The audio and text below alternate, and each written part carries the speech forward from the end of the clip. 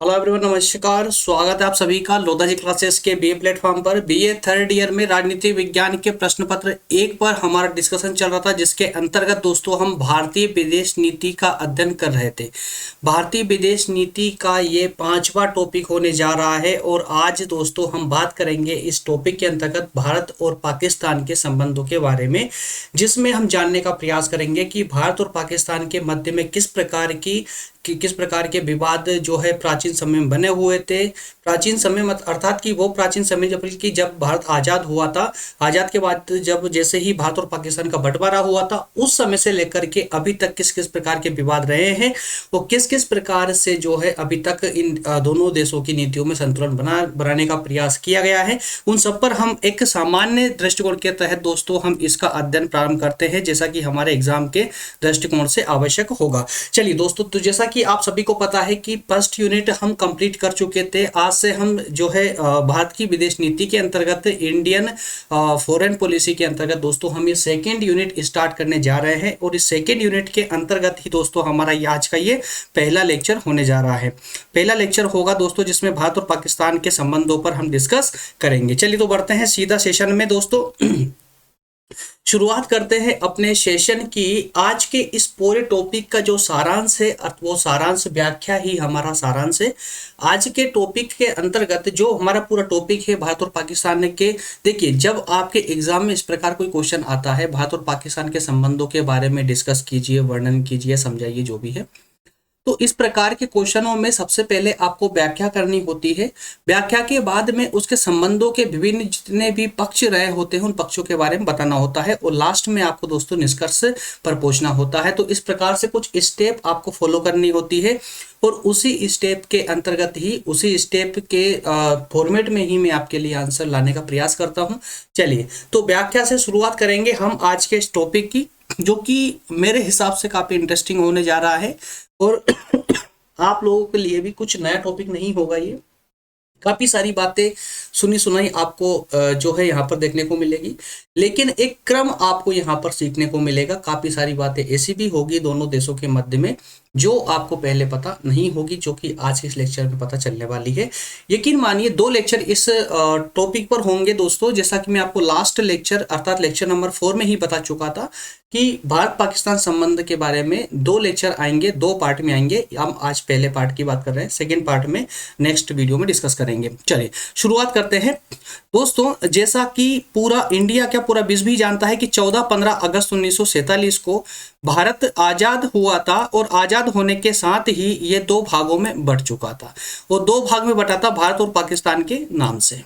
ठीक है, सभी को पता है ये 15-16 अगस्त क्यों कहा जाता है, क्योंकि ये 15-14 अगस्त की रात्रि में 12 बजे जो है देश की आज़ादी की घोषणा हुई थी और देश आज़ाद हुआ था। उस समय से ही दोस्तों ये 2 भागों में बंट चुका था। ठीक है, तो 1946-47 से ही दोस्तों, देखिए पहले मैं आपको समझा दूं एक जो इसके स्टार्टिंग के पॉइंट है कि जब देश आज़ाद नहीं हुआ था उससे पहले 2 प्रकार की विशेष, देखिए पार्टियां तो बहुत सारी थी उस समय भी देश में, है ना, लेकिन जो विशेष थी वो 2 थी। एक कांग्रेस पार्टी थी और एक था मुस्लिम लीग। ठीक है, तो कांग्रेस पार्टी जो है पूरे देश का समर्थन कर रही थी, देश को आज़ादी दिलाने के लिए प्रयास कर रही थी। उसमें सभी नेता थे जो कि देश की आज़ादी के लिए लड़ रहे थे। ठीक है, वहीं एक लीग अर्थात एक पार्टी और उभर कर उसी समय सामने आई, जिसके लीडर थे मोहम्मद अली जिन्ना। तो उस लीग उनकी पार्टी का नाम था जो है मुस्लिम लीग, और ये पार्टी कार्य कर रही थी सिर्फ और सिर्फ पाकिस्तान के निर्माण के लिए।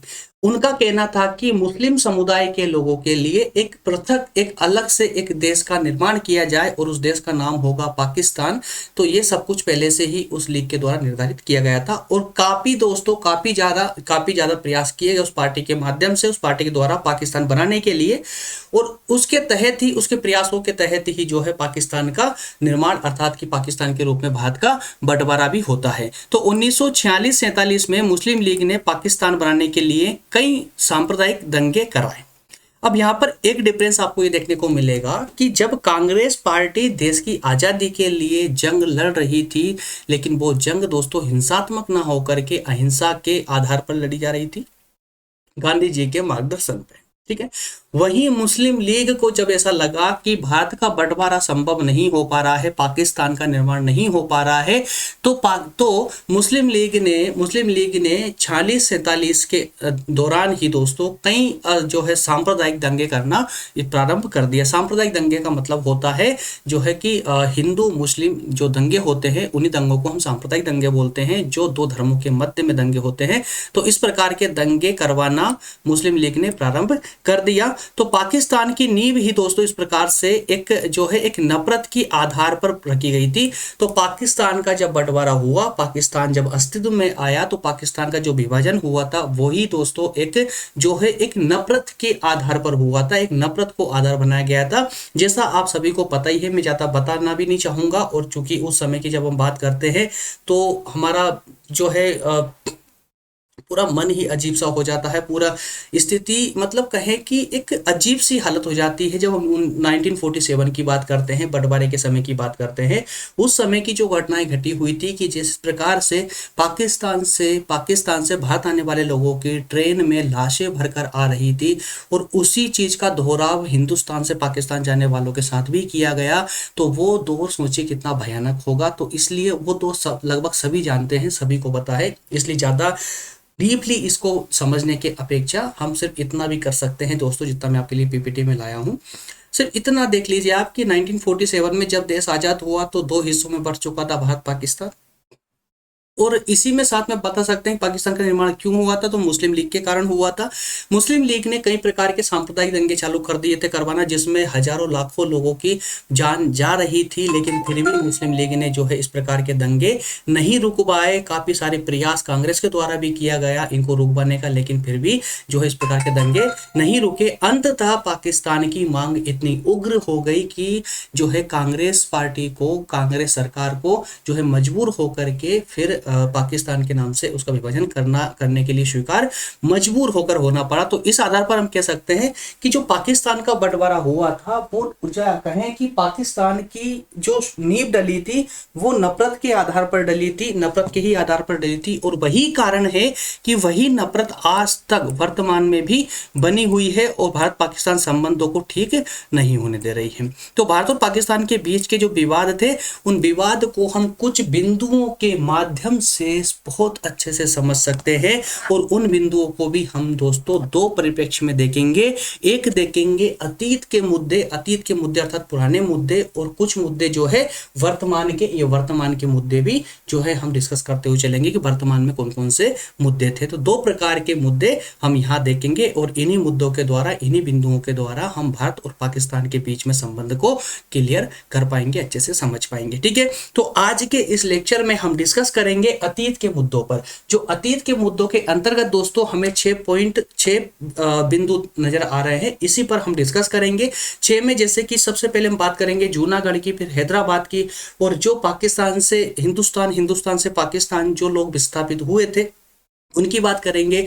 इसके बाद में जो आजादी के समय में भारत पर जो ऋण था, जो कर्ज था अन्य देशों का, उस कर्ज के बारे में बात करेंगे। उसके बाद दोस्तों हम बात करेंगे कुछ नहरों की, कुछ नदियों की, कि नदियों के पानी को लेकर के क्या विवाद हुआ था। इसके अलावा क्या सैनिक संधियां थी, क्या सैनिक संधियां किस किस प्रकार से सैनिक संधियां हुई थी, जो भी एक विशेष जो है विवाद का परिणाम साबित हुई थी, विवाद का रूप इन्होंने धारण किया था। तो उन सभी 6 बिंदुओं के माध्यम से हम अतीत के विवादों को समझने का प्रयास करेंगे। ठीक है, चलिए तो बढ़ते हैं दोस्तों सेशन में बढ़ते हैं। सेशन में बढ़े उससे पहले मैं आप लोगों को बोल दूं यार, थोड़ा सा सपोर्ट करें प्लीज, कृपया करके क्लासेस को थोड़ा सपोर्ट करें। सपोर्ट करने के लिए मैं आपसे कोई फीस की रिक्वायरमेंट नहीं करता हूं, फीस नहीं मांगता हूं, न किसी प्रकार की कोई आर्थिक सहायता नहीं मांगता हूं। सिर्फ इतना कहता हूं दोस्तों कि सेशन को आगे फॉरवर्ड करते चले, दोस्तों के साथ में शेयर करते चले।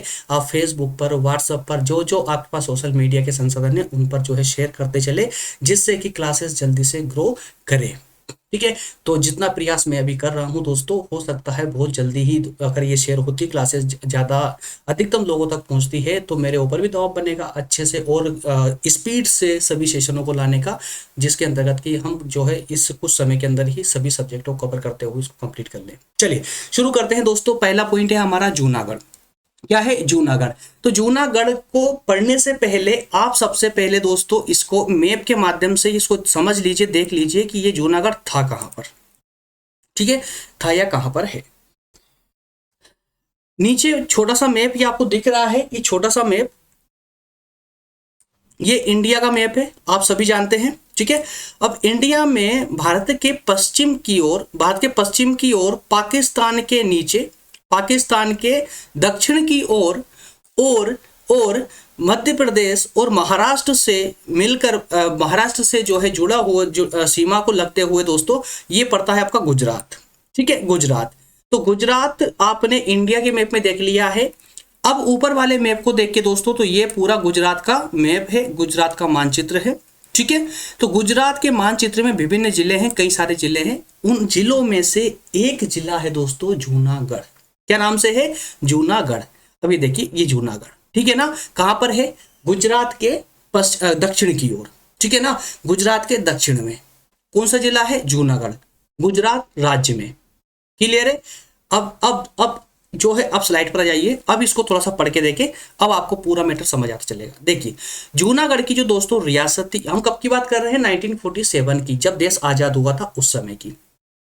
जूनागढ़ अर्थात कि जब भारत आजाद हुआ था उस समय जूनागढ़ एक रियासत के रूप में था, मतलब एक राजा के राज्य के रूप में था, वहां पर एक शासक हुआ करता था।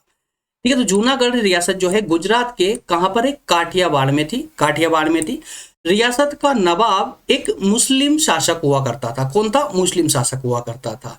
लेकिन देखिए, समझना दोस्तों, इस पॉइंट को समझते हुए चलना, आगे आपको पूरा क्लियर होने वाला है।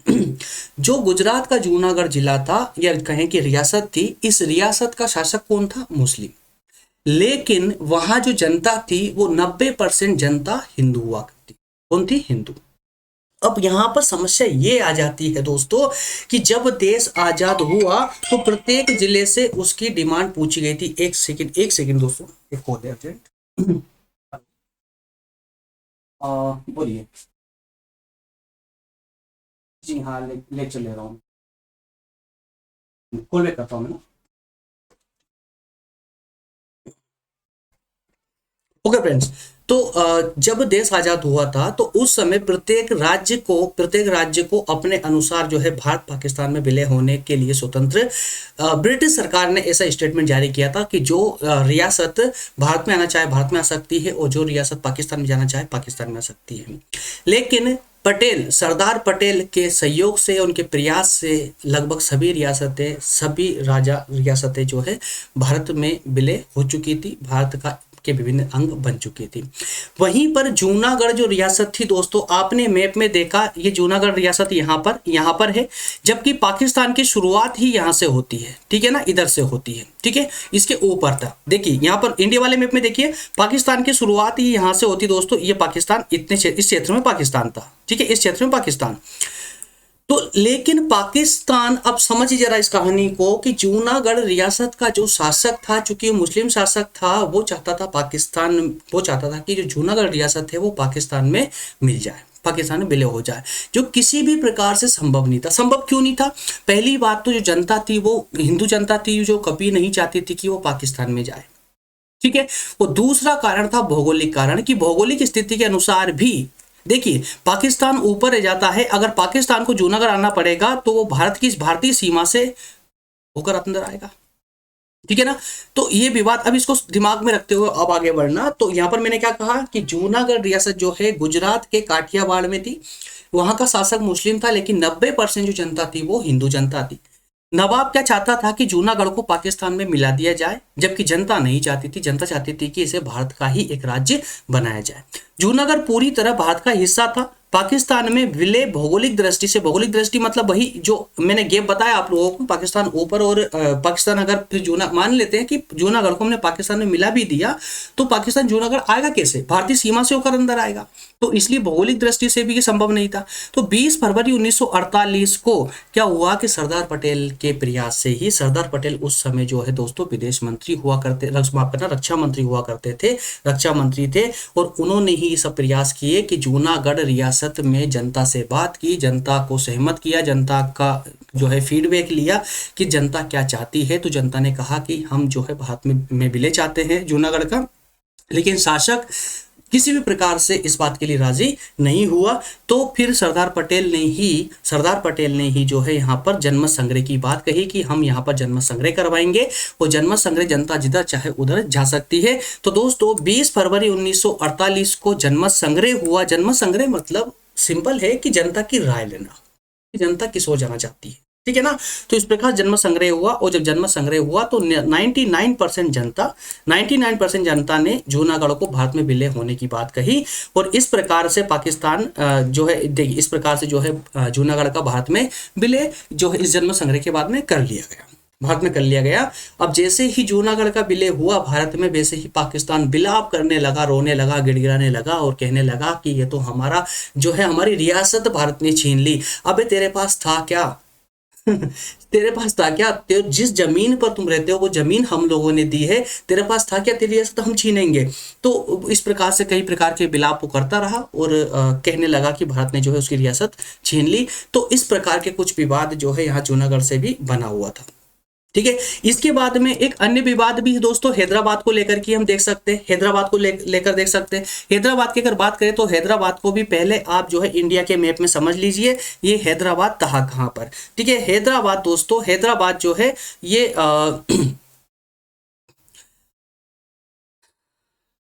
भारत के दक्षिण में, भारत के दक्षिण में दोस्तों तेलंगाना राज्य है, तेलंगाना है ना, तेलंगाना राज्य है। इस तेलंगाना राज्य में ही हैदराबाद रियासत हुआ करती थी।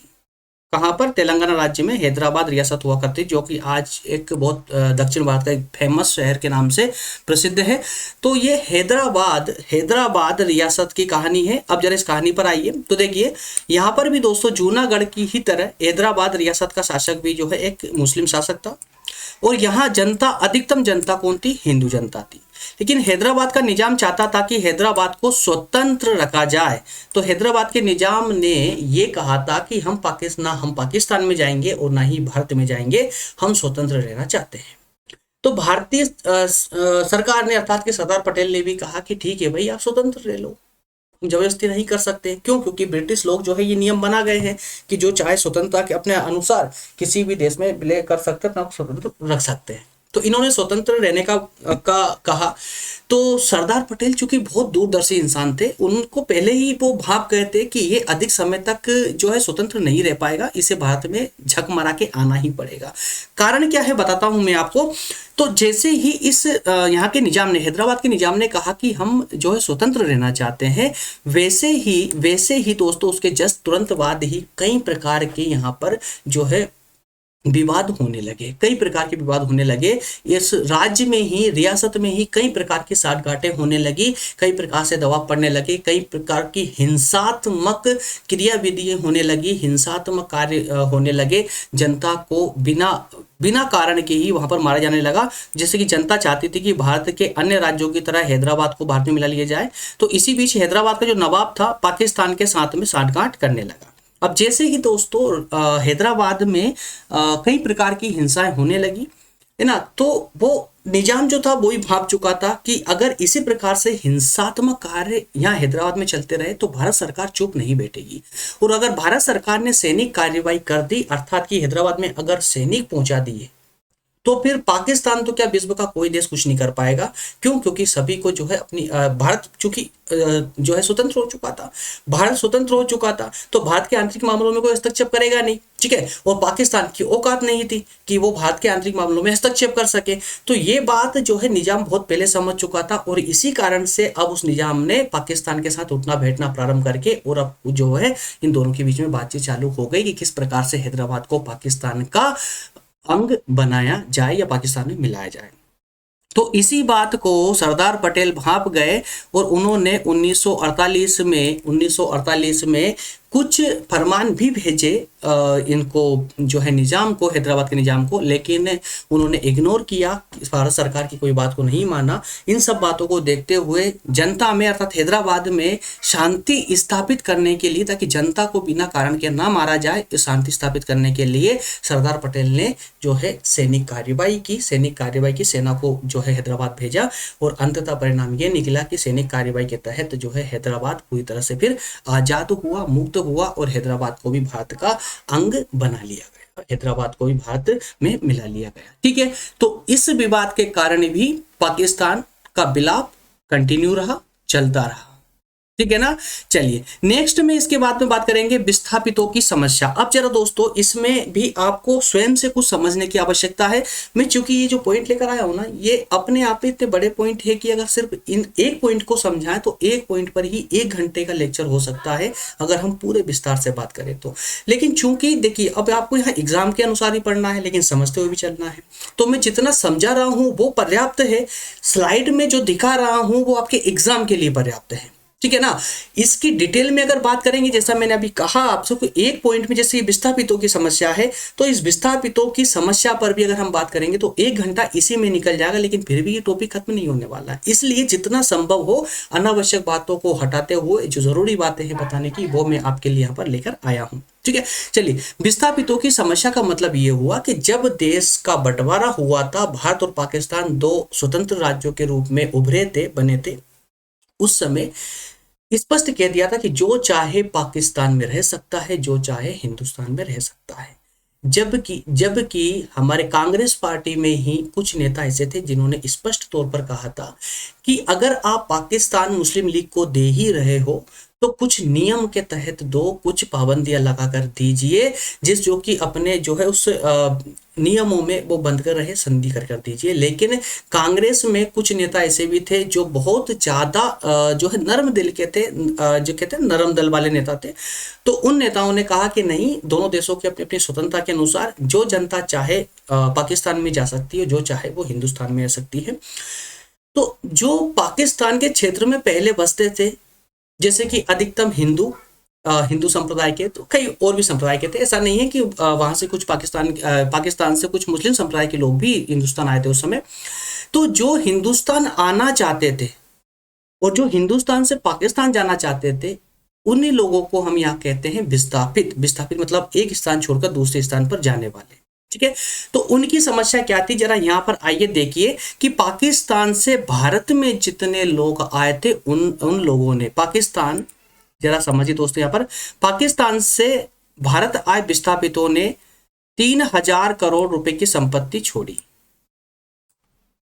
समझिए कहानी को। यहां हम आर्थिक बात कर रहे हैं, इस पहले पॉइंट में आर्थिक बात कर रहे हैं कि जो विस्थापित लोग पाकिस्तान से भारत आए थे, वो लोग 3000 करोड़ रुपए की संपत्ति छोड़कर आए थे पाकिस्तान में।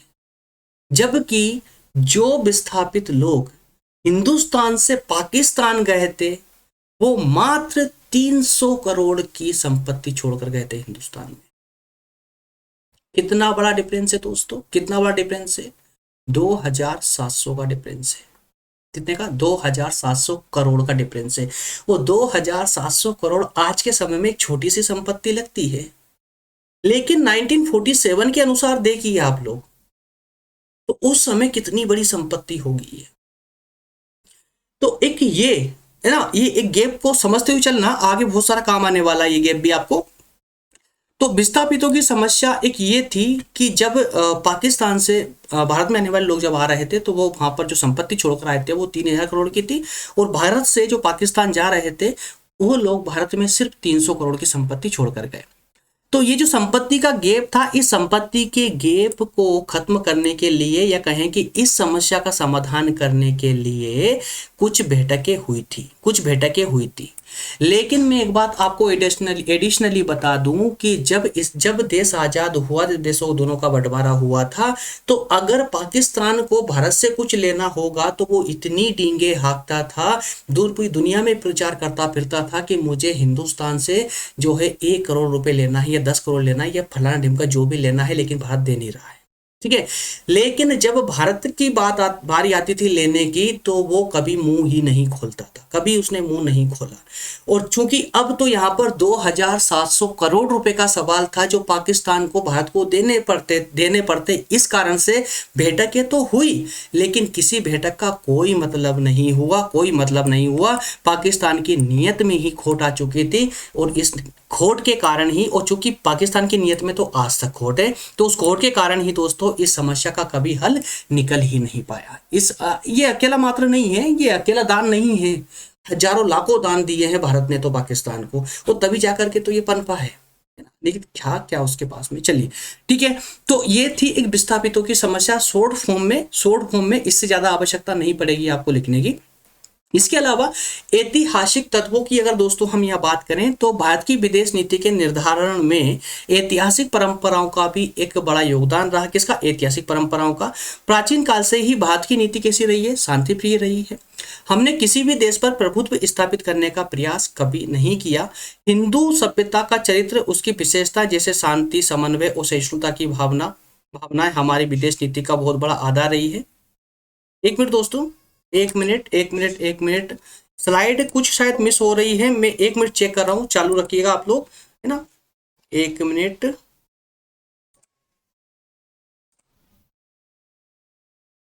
दोस्तों, हैदराबाद, उसके बाद विस्थापितों की समस्या, ठीक है, ओके। ऐतिहासिक और राष्ट्रीय हित। दोस्तों थोड़ा सा मिस प्रिंट के कारण जो है ये 2 स्लाइड में पीडीएफ में नहीं आने दूंगा, इसको हटा दूंगा इस 2 स्लाइड को, ठीक है। तो ये जो 3rd पॉइंट आपको विस्थापितों की समस्या, उसके बाद में 4th पॉइंट पर ये ऋण अदायगी का आएगा यहाँ से। एक्चुअली 2 स्लाइड जो है पिछले लेक्चर की इसमें ऐड हो चुकी थी, है ना। चलिए माइंड मत करना उसको, मैं जो आपको नोट्स मिलेंगे ना उसमें नहीं आएगा ये, उसमें मैं ठीक करने के बाद ही आपको अपलोड करूंगा, ठीक है। तो नेक्स्ट पॉइंट जो है वो है ऋण अदायगी का प्रश्न। तो अभी ऋण अदायगी का प्रश्न मतलब विवाद ही है एक तरह से, जितने भी अभी हम डिस्कस कर रहे हैं वो अतीत के अर्थात उस समय के विवादों के बारे में डिस्कस कर रहे हैं। तो 3 विवाद हम देख चुके हैं। अब ये 4था विवाद था ऋण अदायगी का विवाद। तो ऋण अदायगी का मतलब क्या हुआ दोस्तों कि जब देश आजाद हुआ था तो आप सभी को पता है, अगर आपने आधुनिक इतिहास पढ़ा होगा थोड़ा बहुत भी, तो आपको पता होगा दोस्तों कि अंग्रेजों ने भारत में कई प्रकार के विकास डेवलपमेंट कार्य किए थे। भले ही वो डेवलपमेंट कार्य भी उनकी ही आर्थिक नीतियों को सपोर्ट करने वाले थे, लेकिन चूंकि वो हुए भारत में थे, जैसे रोड बनाई उन्होंने, रेलवे की पटरियां बिछाई उन्होंने, कई कुछ फैक्ट्रियां लगाई, कई प्रकार के उद्योग धंधों को जो है यहाँ पर बनाया उन लोगों ने। तो ये किस जमीन पर हुआ था? भारत की जमीन पर हुआ था। तो अंग्रेजों के जाने के बाद में काम तो भारत के आने वाली थी ना ये चीजें। तो इस कारण से जो जैसे मान लीजिए कि जैसे रेलवे ट्रैक बनाया, रेलवे की पटरी बिछाई, तो उसमें जितना खर्चा आया, इंग्लैंड सरकार ने क्या करा था कि अन्य देशों से जो है उधार लेकर के, कर्ज के रूप में लेकर के वो ट्रैक बनाए थे, है ना। तो इस प्रकार जितने भी विकास कार्य भारत में किए थे वो कर्ज के रूप में किए थे, और भारत से जो इनकम होती थी वो इंग्लैंड जाती थी, है ना, पीछे के रास्ते से, वो कहते हैं ना तारों के नीचे से, तो तारों के नीचे से वो इनकम जाती थी इंग्लैंड, और जो कुछ कार्य करना होता था तो उसके लिए कर्ज लिया जाता था दूसरे देशों से, ठीक है। तो इस प्रकार जब आजाद हुआ भारत तो कर्ज में मतलब काफी कर्ज में डूबा हुआ था। अब जब चूंकि कर्ज की बात आई तो पाकिस्तान के तो होश उड़ गए। उसने बोला कि साहब अगर हम कर्ज चुकाएंगे तो खाएंगे क्या, हमारे पास है क्या, ठीक है ना। तो पाकिस्तान जब आजाद हुए तो पाकिस्तान ने तो हाथ खड़े कर दिए, बोले कि साहब हमारी क्षमता तो है नहीं है ये का सब करने की। लेकिन उसने स्पष्ट नहीं कहा, क्योंकि स्पष्ट कहते तो फिर पाकिस्तान के बंटवारे का सवाल आ जाता, बंटवारा होना संभव नहीं था, है ना। तो इन सब चीजों को लेकर के, इन सब चीजों को ध्यान में रखते हुए ही अब जरा इस स्लाइड को पढ़ना, अब पूरा ये पॉइंट जो आपको पूरा समझ आने वाला है। तो स्वतंत्रता के बाद भारत सरकार ने ब्रिटिश सरकार के सारे ऋण को अपने खुद ने संभाल लिया। मतलब कि जो ब्रिटिश सरकार ने जितने भी कर्ज लिया था भारत के ऊपर भारतीय विकास कार्यों के लिए, उस सारे कर्ज को भारत सरकार ने एक्सेप्ट कर लिया और कहा कि जी हाँ, हम इस कर्ज की अदायगी करेंगे, इस कर्ज को हम देंगे। तो इस कर्ज के अनुसार कुछ हिस्सा पाकिस्तान की ओर भी गया था। जब पाकिस्तान के ऊपर था दोस्तों कि इसको 5 सालों में 300 करोड़ रुपए देने थे। कितने सालों में? 5 सालों में 300 करोड़ रुपए देना था। वहीं पाकिस्तान सरकार अब क्या है, समझ गए ना, बेईमानी, टालम टोली, सब कुछ। जब देने की बात आती है तो बेईमानी सबसे पहले, उसकी रग रग में बेईमानी बसी हुई है ना। तो पाकिस्तान सरकार को जब चला कि भाई 5 साल बाद भारत को हमें 300 करोड़ रुपए देना है, तो अब 300 करोड़ भले भारत के लिए ज्यादा मान्यता ना रखता हो, लेकिन पाकिस्तान के लिए तो दोस्तों रखेगा, क्योंकि उसकी जीडीपी बिल्कुल हमारे एक राज्य की तरह है। जिससे कि उत्तर प्रदेश राज्य की जितनी जीडीपी होगी, किसी भी राज्य को, एक राज्य को मान लीजिए, एक छोटे छोटे राज्य की जितनी हमारी जीडीपी है ना, उतनी पूरे पाकिस्तान की जीडीपी है दोस्तों वहां पर। ठीक है ना। तो उसके लिए भी 300 करोड़ बहुत बड़ी संपत्ति हो जाती है। तो जैसे 300 करोड़ की बात आई तो जो पाकिस्तान सरकार थी वो टालमटोल करने लगी। लेकिन दूसरी और एक दूसरा पक्ष भी देखते चलिए। दूसरा पक्ष था कि भारत सरकार को मात्र 55 करोड़ रुपए पाकिस्तान को देने थे। कितने? 55 करोड़ रुपए मात्र पाकिस्तान को देने थे। इस 55 करोड़ के पीछे पाकिस्तान इतना पड़ा कि साहब हमें हमारे 55 करोड़ कब दोगे, 55 करोड़ दीजिए। ठीक है। लेकिन वो लेने वाला पक्ष उसको समझ आ रहा था कि मुझे 55 करोड़ लेना है। जब बात 300 करोड़ की आई तो फिर दोस्तों वो वहीं टालम वो सब चीजें करने लगा। तो पटेल ने जब भी कोई बात को उठाया, माफ करना, पाकिस्तान ने जब भी अंतरराष्ट्रीय संस्थानों में जब बात उठाता था पाकिस्तान ये 55 करोड़ वाली, तो फिर जो भारतीय पक्षकार होते थे अंतरराष्ट्रीय संगठनों में वो 300 करोड़ की बात रखते तो पाकिस्तान फिर चुप हो जाता। तो पटेल और नेहरू ने भी, अरे यार सिंपल भाषा में समझिए इस चीज को, कि 300 करोड़ भारत को लेना था, 55 करोड़ देना था। जब पाकिस्तान आनाकानी करने लगा देने के लिए तो उस समय प्रधानमंत्री हमारे जो है नेहरू साहब थे, और जो हमारे वित्त मंत्री थे, रक्षा मंत्री जो थे वो थे हमारे जो है पटेल साहब।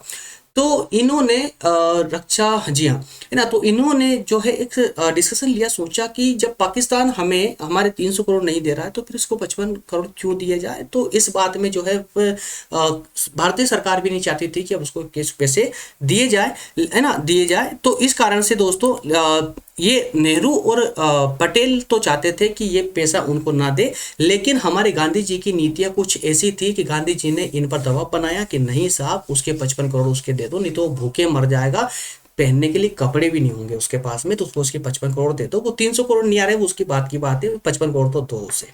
ठीक है। तो इस प्रकार से गांधी जी के कहने पर पटेल और नेहरू एग्री हुए और उन्हें 55 करोड़ रुपए दिए। तो इस प्रकार के विवाद दोस्तों कंटिन्यूअसली बने रहे भारत और पाकिस्तान के बीच में, और चूंकि इन सभी विवादों के पीछे कहीं ना कहीं जो मुद्दा अटकता है वो पाकिस्तान की ओर से ही अटकता है। ठीक है।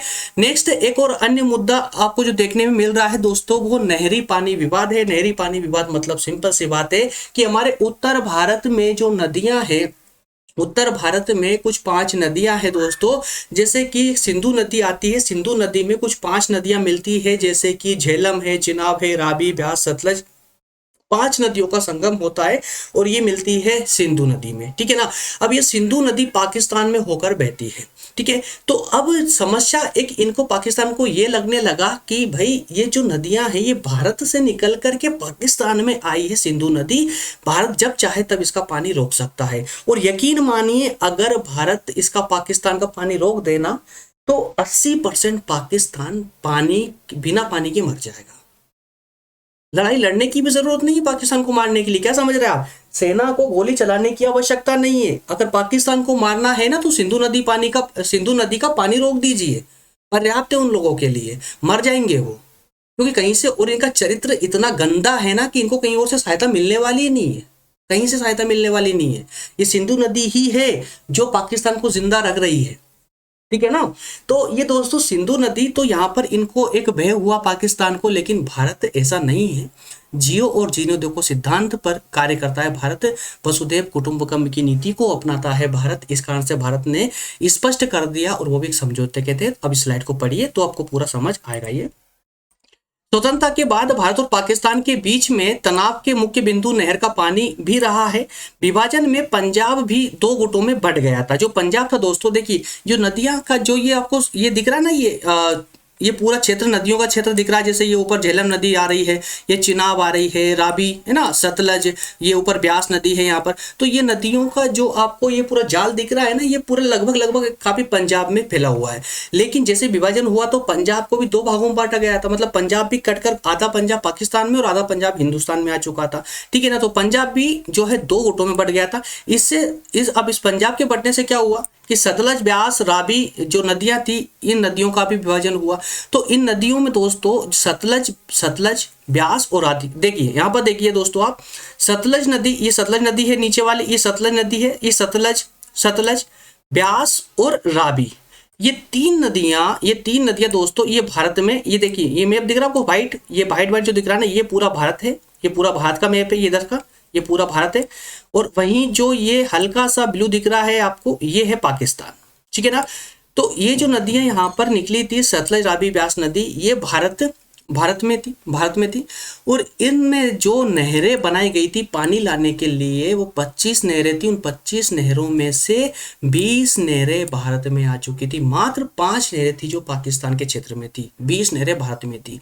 अब पाकिस्तान को घबराहट होने लगी कि भाई 25 में से 20 नहरें, पूरी की पूरी नहरें तो हिंदुस्तान में चली गई। अब जिस दिन चाहे वो इन 5 नहरों का पानी भी रोक सकता है, तो हम फिर पियेंगे क्या, है ना। तो अब पाकिस्तान को डर लगने लगा कि भारत कभी भी जो है पानी रोक सकता है। तो आखिरी में गिड़गिड़ाने लगा भारत सरकार के सामने, अंतर्राष्ट्रीय संगठनों में, कि भारत हमसे जल के विवाद को लेकर संधि नहीं कर रहा है, समझौता नहीं कर रहा है। पर भारत इतना क्रूर नहीं था। भारत ने 1960 में एक समझौता किया, और उस समझौते के अनुसार भारत ने फिर भी जो है यार, एक औलाद कितनी भी नालायक हो, पिता हमेशा नाराज नहीं रह सकता उससे। पिता चाहते हैं कि आज नहीं कल सुधर जाएगा, कल नहीं परसों सुधर जाएगा। तो यही भारत करता आया है अभी तक, ठीक है ना। तो लेकिन ये एक ऐसी नालायक औलाद है कि ये सुधरने का नाम नहीं ले रही है, क्योंकि संगति कुछ ऐसी है इसके साथ में, ठीक है ना। तो भारत ने सोचा कि चलो ठीक है यार, कहाँ इसके मर जाएगा ये, इसके लिए काम करो कि जैसा समझौता चल रहा हो जाने दो। तो यहीं पर सतलज, ब्यास और रावी नदी तो भारत ने स्वीकार कर लिया, ठीक है इसका पानी हम रख लेंगे। और सिंधु, अब देखिए यहाँ पर दोस्तों जरा समझिए बात को, यहाँ पर सबसे बड़ी नदी कौन सी आ रही है, सिंधु। क्यों आ रही है सबसे बड़ी नदी सिंधु, क्यों बन रही है, क्योंकि 5 नदियों का पानी इसमें ऑलरेडी भारत में ही इसमें मिल चुका था। किसमें, सिंधु नदी में। तो सबसे बड़ी नदी आ रही सिंधु नदी, और सिंधु, झेलम और ब्यास नदी का पानी पाकिस्तान को दे दिया। जो सबसे ज्यादा पानी वाली जो नदियां थी ना, वो पाकिस्तान को दे दी। भारत चाहता तो बिल्कुल नहीं देता, भारत चाहता तो बिल्कुल स्पष्ट मना कर सकता था, ठीक है। लेकिन भारत ने कि चलो ठीक, जाने दो, कोई दिक्कत नहीं है, देने की आदत है हमारी, जाने दो। तो समझौते के अनुसार भारत ने पाकिस्तान को नहर बनाने के लिए पानी तो दिया ही दिया। उसने बोला भाई तू कहाँ नहर बनाएगा, कैसे नहर बनाएगा, खाने के दाने के लाले पड़े हुए तुम्हारे यहाँ पर, एक काम करो ये लो 1000 करोड़ भी ले जाओ, तुमने जो नीति है 3000 करोड़ वो छोड़िए, कोई बात नहीं, आप एक काम करो 1000 करोड़ और लो हमसे और बना लो नहर, ठीक है ना। तो इस प्रकार से दोस्तों भारत के द्वारा दी गई ये कुछ अदायगियां थी, जिनके दम पर आज पाकिस्तान उछल रहा है ना। तो इस प्रकार से यहाँ पर नहरों का विवाद जो है समाप्त किया। इसके बाद में कुछ सैनिक संधियां और पाकिस्तान पर भी हम डिस्कस कर लेते हैं। अब इसमें दोस्तों, जैसे मैंने अभी थोड़ी देर पहले ही कहा था कि नालायक औलाद है ना, कभी सुधर नहीं सकती। तो ऐसा ही कुछ एक कारनामा इसने और दिखाया था कि 1954 में दोस्तों अमेरिका ने एक संधि प्रस्तावित की थी। और वो संधि कुछ ऐसी थी कि भाई ये संधि पे अगर आप हस्ताक्षर करते हो तो आप जो है, हम कुछ देशों के साथ जुड़ जाओगे, और जब हमारे साथ आप जुड़ोगे तो आपको हम प्रत्येक सभी प्रकार की मदद करते रहेंगे। तो अमेरिका ने पाकिस्तान के सामने ये प्रस्ताव रखा, पाकिस्तान ने फट से इधर देखा ना उधर देखा, फट से संधि पर साइन कर दिया, हस्ताक्षर कर दिया। जैसे उसने हस्ताक्षर किया तो पाकिस्तान को उन पश्चिमी देशों से, पश्चिमी देश मतलब अमेरिका की तरफ जो देश थे, उन अमेरिका के साथ जितने भी देश थे उन सभी देशों से जो है हथियार वगैरह या कई प्रकार की सामग्रियां, युद्ध लड़ने की सामग्रियां मिलने लगी, ठीक है। हथियार, ये सब सामग्री उनको मिलने लगी। तो भारत ने इसका विरोध किया कि भाई ये गलत कार्य है, इसमें मत पड़, उलझ जाओगे आगे चलकर। नहीं माना पाकिस्तान, नहीं माना, इस सबसे जो है हथियार लेता रहा। और वही हथियार, वही कारण है कि जो हथियार इन्होंने भीख के तौर पर लिए अन्य देशों से, अर्थात अमेरिका से, जो भी ये सब कुछ इकट्ठा किया, इन सबसे ही जो है भारत से इसने युद्ध किया था। 3 बार पाकिस्तान ने भारत पर आक्रमण किया था, लेकिन तीनों बार इसने हमेशा मुंह की ही खाई थी, हर बार मुंह की खाई थी, हर बार पिट के ही गया यहाँ से, है ना। तो इस प्रकार से दोस्तों हथियार इसके पास अच्छे खासे थे, जब क्योंकि अमेरिका के हथियार थे, मैं आपको बता ही चुका हूँ, अमेरिका के हथियार बड़े शक्तिशाली होते हैं, लेकिन भारत की सेना के सामने नहीं टिक पाते। भाई अमेरिका के हथियार को भारतीय सेना या सीने पर झेल लेती है, मतलब समझिए इतना जो है आत्मविश्वास है भारतीय सेना के पास में। तो भारत के पास में भारत की सेना थी, है ना। तो इनका साहस के सामने विश्व का कोई हथियार इनके काम नहीं।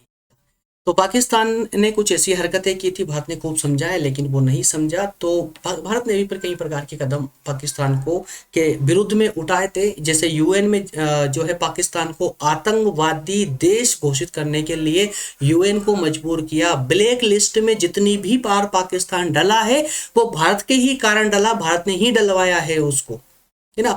तो अंतरराष्ट्रीय पाकिस्तान अपने आप में कुछ भी सोच ले, लेकिन अंतरराष्ट्रीय जगत में उसकी दो कौड़ी की इज्जत नहीं है दोस्तों, दो कौड़ी की भी इज्जत नहीं है अंतरराष्ट्रीय जगत में। वो आज जो चाइना के साथ में जो आज लगा हुआ है, चीन के साथ लगा हुआ है, उसको पता है कि चीन जो है भारत विरोधी नीति पर कार्य कर रहा है, चीन भारत का विरोधी है, इस कारण से वो उसका पिछलग्गू बना हुआ है। लेकिन उस पाकिस्तान को भी नहीं पता है वो कब टिश्यू पेपर की तरह चाइना उसे मुंह पूंछ कर फेंक देगा, पता भी नहीं चलेगा। तो नादानी है, नादान बच्चा है, ठीक है, चलने दो। इस प्रकार से दोस्तों ये कुछ विवाद था, और एक अंतिम विवाद पर विचार करते हैं, जो कि सबसे बड़ा विवाद है पाकिस्तान के अनुसार, हमारे लिए नहीं बल्कि पाकिस्तान के हिसाब से सबसे बड़ा विवाद है। कौन सा? कश्मीर का विवाद, जो कि हमेशा रोता रहता है बस वो कि हमारी मेरी कश्मीर पर अधिकार कर रखा भारत ने। अब कश्मीर उसका, कहां से, कैसे, ये नहीं बोल पाता है वो, भाई उसका कश्मीर कैसे हुआ, है ना। तो कश्मीर दोस्तों, कश्मीर की बात करें उससे पहले, आप कश्मीर की बात करें उससे पहले, एक मिनट, हाँ, कश्मीर की बात करें उससे पहले कुछ पॉइंटों को आप थोड़ा सा समझ लें तो ये पक्ष और ज्यादा आसान हो जाएगा। कश्मीर के बारे में जितना आपको पता है दोस्तों कि कश्मीर का भी एक शासक, कश्मीर भी एक रियासत थी, कश्मीर का एक शासक था जिसका नाम था हरी सिंह। आप लोग लगभग जानते होंगे क्योंकि जब ये 370 हटा तो कश्मीर अब भारत का विभिन्न अभिन्न अंग बन चुका है ना, केंद्र शासित प्रदेश बना दिया गया कश्मीर को, कश्मीर के दो भाग कर करके। तो इस प्रकार से दोस्तों कश्मीर का उस समय एक शासक हुआ करता, राजा था हरी सिंह। अब हरी सिंह जो राजा था वो चाहता था कि कश्मीर को स्वतंत्र रखा जाए, हैदराबाद की तरह, हैदराबाद के निजाम की तरह। तो भारत सरकार ने अर्थात पटेल साहब ने कहा कि ठीक है भाई तू स्वतंत्र रह ले, लेकिन हमें पता है तू कब तक स्वतंत्र रहेगा, लेकिन एक बात हमेशा याद रखना, तुम स्वतंत्र तो रह रहे हो लेकिन आगे हमसे उम्मीद मत रखना, कभी जरूरत पड़ी ना तो हमसे उम्मीद मत रखना, क्योंकि तुम्हारा पड़ोसी जो है वो एक पाकिस्तान है, याद रखिए। हरी सिंह साहब नहीं माने कि ठीक है साहब हम देख लेंगे हमारे अनुसार, कोई बात नहीं, हम आपसे मदद नहीं मांगेंगे, ठीक है। कुछ समय निकला अर्थात कुछ दिन निकले, मात्र दिन निकले। पाकिस्तान ने कुछ कबालियों की सहायता लेकर, कबाली मतलब कुछ कबीलाई लोग हुआ करते थे उस समय, तो छापामार लोग हुआ करते थे, तो उनको हायर करके उनकी सहायता से कश्मीर पर हमला करवा दिया। अब जैसे ही एक तिहाई कश्मीर पर पाकिस्तान कब्जा कर चुका था, मतलब 3 हिस्से में से एक हिस्से पर कश्मीर पर कब्जा कर चुका पाकिस्तान, तब जाकर के हरी सिंह साहब की नींद खुली। अब उसको लगा कि यार ये तो बस अब पूरे कश्मीर पे ही अधिकार कर लिया, ठीक है। तो तब जाकर के हरि सिंह साहब भागे भागे भारत सरकार के पास आते हैं, वो त्राही माम करते हैं, बोलते हैं साहब हमारी रक्षा करो नहीं तो पूरा कश्मीर हड़प लेंगे पाकिस्तान के लोग। तो पटेल साहब ने भी कहा कि ठीक है साहब हम आपकी मदद तो करेंगे, लेकिन जब तक आप भारत का अंग नहीं बनते हैं तब तक हम आपकी मदद कैसे कर सकते हैं, हम सैनिक कार्रवाई नहीं कर सकते, किसी भी दो देशों के बीच में हम कैसे आएंगे, आप तो चूंकि स्वतंत्र है तो हम पाकिस्तान से बिना मतलब कैसे लड़े। तब जाकर के हरि सिंह ने भारत विलय पर हस्ताक्षर किए, हालांकि कुछ शर्तें थी उसमें, लेकिन फिर भी हस्ताक्षर किए, इससे वो भारत का अंग बन गया कश्मीर। और फिर भारत सरकार ने एक सैनिक कार्यवाही की, उनको बाहर खदेड़ा। कुछ समस्याएं थी, स्लाइड के माध्यम से हम समझते चलते हैं, आइए वो स्लाइड पढ़ लेते हैं जिससे आपको पूरा क्लियर हो जाए। भारत पाकिस्तान के बीच में तनाव का सबसे बड़ा जो मुद्दा रहा है वो कश्मीर का ही मुद्दा रहा है। कश्मीर के राजा हरि सिंह थे और वहीं 80% जो जनता थी वो दोस्तों वहां पर मुस्लिम जनता थी, कहां पर, कश्मीर में, ठीक है। तो राजा हरि सिंह को स्वतंत्र रखना चाहता था, राजा हरि सिंह जो था वो कश्मीर को स्वतंत्र रखना चाहता था, लेकिन अक्टूबर 1947 में, अगस्त की कहानी थी, अगस्त सितंबर अक्टूबर मतलब 2 महीने जस्ट बाद ही, तो अक्टूबर 1947 में ही कश्मीर पर पाकिस्तान ने कबायलियों की सहायता से हमला कर दिया, और जिससे राजा ने भारत से सैनिक सहायता मांगी। तो राजा ने कश्मीर को भारत में विलय करने के घोषणा पत्र पर हस्ताक्षर कर दिए और भारत ने जो है आक्रमणकारियों को खदेड़ना शुरू कर दिया, ठीक है। लेकिन भारत की एक छोटी सी एक पराजय यहाँ पर यह हुई विदेश नीति की, कूटनीति की, कि जब सैनिक जो है पाकिस्तानियों को खदेड़ रहे थे, उस समय भारत सरकार यूएन में चली गई। यूएन मतलब कि यूनाइटेड नेशन में, अंतरराष्ट्रीय है ना, अंतरराष्ट्रीय सहायता संघ में। तो दोस्तों जब यूएन में गई, यूनाइटेड नेशन में गई, तो वो जो अंतरराष्ट्रीय संगठन होता है यूएन, है ना, तो वहां चली गई और वहां पर हिंदुस्तान की सरकार ने पूरा मैटर खोल के रख दिया। तो इसका मतलब क्या हुआ कि जब यूएन ने फिर इस मामले में, इस विवाद में हस्तक्षेप किया, यहाँ पर आए और उसने युद्ध विराम करवाया। किसने? यूएन ने। है ना, युद्ध विराम करवाया। लेकिन दोस्तों ये संघ में चला गया, संयुक्त राष्ट्र संघ आज तक पाकिस्तान से 1/3 कश्मीर खाली नहीं करा। सबको, पूरी दुनिया को पता है कि पाकिस्तान ने कबायलियों के द्वारा छापामारों के द्वारा जो है कश्मीर पर अधिकार किया था, हमला करके। किस मुंह से फिर वो बोलता है कि कश्मीर मेरा है? किस प्रकार से बोलता है? संभव ही नहीं था, है ना। तो जब यूएन में गया तो यूएन भी दोस्तों एक सिर्फ देखिए, एग्जाम के अनुसार ठीक है, आप कितनी भी तारीफ इसकी यूएन की कर दीजिए, लिख दीजिए, ठीक है भाई, अंतर्राष्ट्रीय संगठन है, विश्व में शांति बनाए रखने का कार्य करता है, फलाना ढिमका जो भी है, लेकिन वास्तविकता इसकी कुछ हो रही है। वास्तविकता ये है कि बहुत इससे ज्यादा गरीब मैंने कुछ देखा नहीं है, बहुत गरीब है ये। 2-3 देश है दोस्तों, 2-3 महाशक्तियां हैं, कुछ देश है जो सक्षम देश है, जो सक्षम देश है उसी के गुणगान करता है अंतरराष्ट्रीय संगठन। सभी देशों के बारे में इसको बराबर बोलने का अधिकार है, हक भी है और दायित्व भी है, लेकिन ये सिर्फ शक्तिशाली देशों के साथ ही मिलकर रहता है। जितने भी निर्णय होते हैं शक्तिशाली देशों की तरफ भी जाते हैं। उस समय भी जो है इसने यूएन ने दोस्तों, संयुक्त राष्ट्र संघ ने क्या किया कि युद्ध को तो विराम करवा दिया, भारतीय सेना को कहा कि बस भाई युद्ध बंद कीजिए, उधर पाकिस्तानियों को भी कह दिया युद्ध बंद हो गया, और कहा कि जो पाकिस्तान ने कश्मीर पर कब्जा किया है इस जगह में जमीन को खाली करेगा, ये कहा, लेकिन अभी तक करवा नहीं पाया, आज तक नहीं करवा पाया, ठीक है ना। तो पाकिस्तान ने कश्मीर प्राप्त करने के लिए फिर क्या किया कि 1965 और 1971 में फिर भारत पर आक्रमण, 2 बार आक्रमण किए थे कश्मीर प्राप्त करने के लिए। इन युद्धों का भी आपको अच्छे से पता है, 1965 और 1971। अगर इन युद्धों के बारे में पता नहीं है दोस्तों, तो ये जब हम कॉम्पिटिटिव एग्जाम की क्लासेस तैयार करेंगे तो आधुनिक इतिहास के अंतर्गत हम दोनों युद्धों को पूरे विस्तार के साथ में इसको कंप्लीट करेंगे, है ना। तो आपको वहां पर भी इससे देखने को मिलेंगे, ठीक है। तो इस प्रकार से ये कश्मीर का मुद्दा जैसे तैसे करके सोल्व, हालांकि हुआ ही नहीं, वो तो आज तक नहीं हो पाया, वो पाकिस्तान की रोने की आदत थी। जो अभी जब हमने 370 धारा को हटाया और कश्मीर को जब हमने लद्दाख और कश्मीर 2 राज्यों के 2 केंद्र शासित प्रदेशों के नाम से जब भारत में विलय करा उसका, तो उसकी हालत कुछ ऐसी, मतलब बहुत ही दयनीय थी, बहुत ही दयनीय थी, ठीक है। सिर्फ वो देख पा रहा था, विलाप कर पा रहा था, लेकिन उसके सुनने वाला कोई नहीं था। पूरे विश्व में उसने जो है, मतलब विश्व में क्या कोई ऐसी महाशक्ति नहीं बची या कोई अंतरराष्ट्रीय संगठन नहीं बचा जहां पर ये कश्मीर के नाम से जाकर रोया ना हो। लेकिन प्रत्येक देश समझता था कि ये भारत का आंतरिक मामला है, हम इसमें हस्तक्षेप नहीं करेंगे, और चूंकि किसी राष्ट्र ने इसमें हस्तक्षेप नहीं किया, भारत के चूंकि कश्मीर भाई हमारा है, हम कुछ भी करें यार, उसका 2 राज्य बनाए, 3 राज्य बनाए, या हम उस राज्य को खत्म करके किसी अन्य राज्य में मिलाते, वो हमारी मर्जी है। तुम होते कौन है, जो तुम्हारे पास में है वो भी हम लेके रहेंगे। ये भी स्पष्ट बोल रहे हैं कि कुछ और ठीक है रह लीजिए, वैसे हमारी क्या किसी का लेने की आदत नहीं है, सिर्फ देने की आदत है। लेकिन फिर भी अगर तुम इतनी दिखाओगे ना, तो फिर आगे चल के सोच लीजिए आपके साथ में अभी भी क्या हुआ, क्योंकि भारत अब बदल चुका है। हमारी जो विदेश नीति, शांति प्रिय विदेश नीति पहले थी, आज भी है, लेकिन पहले हम जवाब नहीं देते थे, चुप्पी साध लेते थे, लेकिन अब हम जवाब देना सीख गए। वो घर में घुसकर जवाब देते हैं, जैसा कि अभी हमने आपको दिया भी था 21 में, है ना। 20-21 में जो आपको जवाब दिए हैं ना, ऐसे ही जवाब, इससे बड़े बड़े जवाब हम देना जानते हैं, और चूंकि देंगे। जो कश्मीर है बेटा, जितना है जब तक है तब तक रख लो, आगे चल करके नहीं रह पाएगा आपके पास दोस्तों। तो इस प्रकार से मैंने आपको प्रारंभ में बताया था कि देखिए इसमें जो है, 1 मिनट, इसका प्रथम स्लाइड पर चलते हैं जरा, आइए।